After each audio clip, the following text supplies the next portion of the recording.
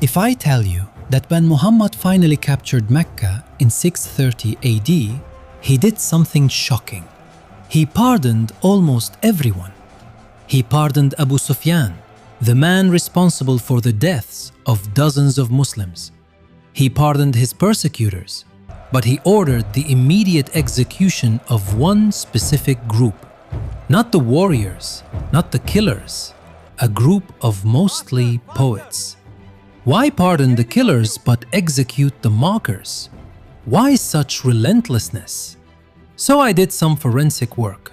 First, the poets of Mecca were not the romantic writers you imagine. In this case, the word poets is misleading because they were the reputation police. The 7th century influencers, like a Twitter account with 1 million followers. With 3 rhymes, they could destroy a clan chief and bury him in shame forever. Muhammad understood this from day one. The Quran proves it. It responds to poets, insults them, and dedicates an entire surah to them, Surah 26, called The Poets. For a self-proclaimed prophet, the real danger was reputation, and these 6 patterns prove it. Pattern 1. The impossible authority in Mecca. In a tribal system, you become chief through bloodline or warrior reputation. Muhammad had neither. He could call himself the messenger of God, but he could not ask his followers to obey him as a chief in Mecca. That would have been a coup d'etat. He would have been eliminated in 24 hours. And the poets who obeyed the clan chiefs were already intercepting his followers and mocking every new verse. So here is the prediction. If Muhammad is the strategic mind behind the Quran, there should be 0 verses in Mecca demanding obedience to him. So I counted, and this theory is spot on. 0 verses asking for authority in Mecca, 16 in Medina. The Islamic answer: Allah gave Muhammad authority in Medina because the new community needed a leader. Okay, let's accept this explanation. Let's see how this explanation crumbles with the next pattern. Pattern 2. Authority by proxy. Because Muhammad did try to claim authority in Mecca, not directly, that would have been suicidal, but by proxy. He filled the Meccan Quran with stories of ancient prophets, Noah, Hud, Saleh, Lot, each one saying to their people, "Obey Allah and obey me." 16 single proxy obedience verses in Mecca, 0 in Medina. The pattern is perfect and the inversion is total. In Mecca, under poet surveillance, he plants the idea of obedience through other prophets' mouths, testing the ground, building the logic without signing it himself. In Medina, the poets are gone, the proxy disappears, and Muhammad asks directly. And notice how it escalates. It starts as "Obey Allah and His Messenger," then becomes "Whoever obeys Muhammad has obeyed Allah." If authority was only needed in Medina for the community, why would God do A/B testing for the authority using proxies? This is political genius, not divine revelation. Pattern 3. The verses of personal interest. In Mecca, Muhammad is accused daily by poets of being a manipulator, a false prophet recycling old legends for personal gain. Under that pressure, any verse granting him personal privileges would have been catastrophic. The poets would have destroyed him with it. So the prediction is 0 verses of personal interest in Mecca. I counted. In Medina, an avalanche. 1/5 of all war spoils, special marriage permissions, legal exceptions, unlimited wives, all in Medina. That's pattern number 3. Pattern 4, the mirror of pattern 3. No money, no rewards asked. Verses where Muhammad explicitly refuses any reward or money.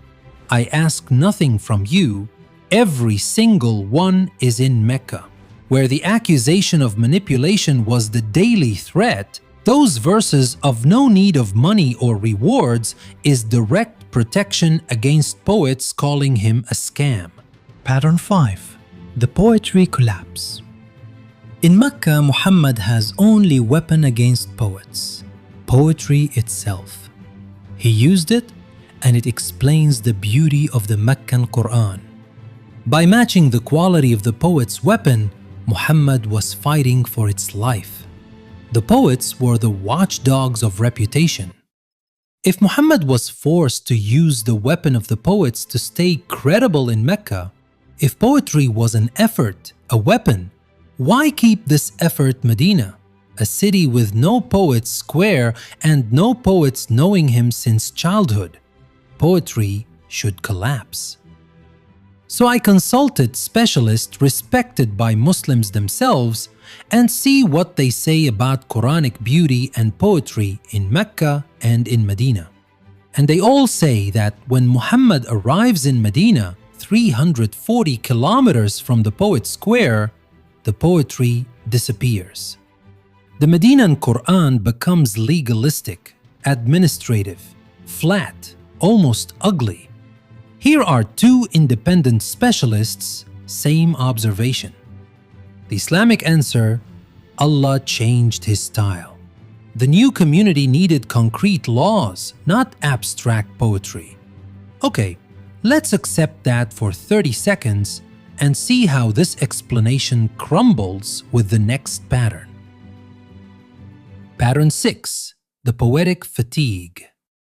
If Allah changed style only upon arriving in Medina, therefore during the entire Meccan period, 12 years, God should deliver relentless innovation, perfect, surprising, non-stop poetic genius. Nothing should stop God. But the same specialists just told us something else. In the late Meccan period, 2 to 3 years before the Hijrah, the text already becomes repetitive, recycling themes, declining innovation before Medina. So the Quran kept being beautiful and poetic during the 12 Meccan years, but clearly with no innovation in the last 3 years in Mecca. God doesn't get tired before leaving Mecca, but a human does. Muhammad tried to escape Mecca in 620 to Ta'if. He failed. Then finally left in 622 for Medina. At some point, if he tried to escape the poet's stranglehold, he must have realized poetry is a dead end. I will never defeat the poets from within Mecca. When a human being must keep an effort but stops believing in it, he lowers the effort. That is not a divine signature. That is human fatigue. So now I want to ask a question. Were we wronged about the Meccan Quran being peaceful and the Medinan Quran being more violent? What if the real difference is Muhammad observed in Mecca a restrained Muhammad against a Muhammad that is unobserved, unrestrained with free speech in Medina, the true Muhammad? Have we recovered the historical Muhammad? I let you decide. The persecutions in Mecca were real, but they were not a vital threat for Muhammad, but rather for Muslim slaves of isolated individuals. Muhammad left Mecca weeks after his group alone with about Bakr. Does this look like the behavior of a man in danger for his life? Absolutely not. The persecutions were inflated by Muslim theologians to give Muhammad a credibility. The real threat were the poets for his reputation. That's why he did not pardon them in 630 AD, even 15 years after a poem. They were the ones that slowed him for 13 years in Mecca. They forced him to leave. The real Muhammad is the Medinan Muhammad. Now, why did nobody connected these dots in 150 years of modern Islamology? The answer: Islamologists light up the rooms of the Islamic building one by one with a candle, specializing in Syriac traces or Mary in the Quran or the chronology. This theory is a single switch that lights up the entire building at once, and once you see it lit up, you cannot turn the light off. Also, the key mistake every Islamologist made was treating the poets as a folkloric detail, a marginal irritation.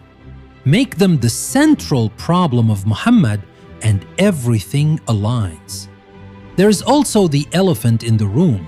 Uthman, the third caliph, burned all existing copies and recompiled the Quran by destroying the chronological order that everyone knew at the time. Why destroy the chronology? Because read chronologically and the evolution of Muhammad as a strategic mind becomes impossible to deny. By destroying the order, Muhammad disappears into the disorder, and the text gains an abstract quality that looks divine. I named this theory the tangier's paradigm. I started to work about this theory during a travel to Tangier last winter. Go ahead and take the tables, the text, and share it, spread it. That is the beginning of the end for Islam. If you enjoyed this theory, you will see many coming soon as strong and as surprising as this one. For now, I have 12 in total, so stay tuned. This work is very demanding, months of work decodicating the religious text, and your support is very appreciated. You will find my Patreon link in the description page of this channel. For now, thank you for watching and see you soon.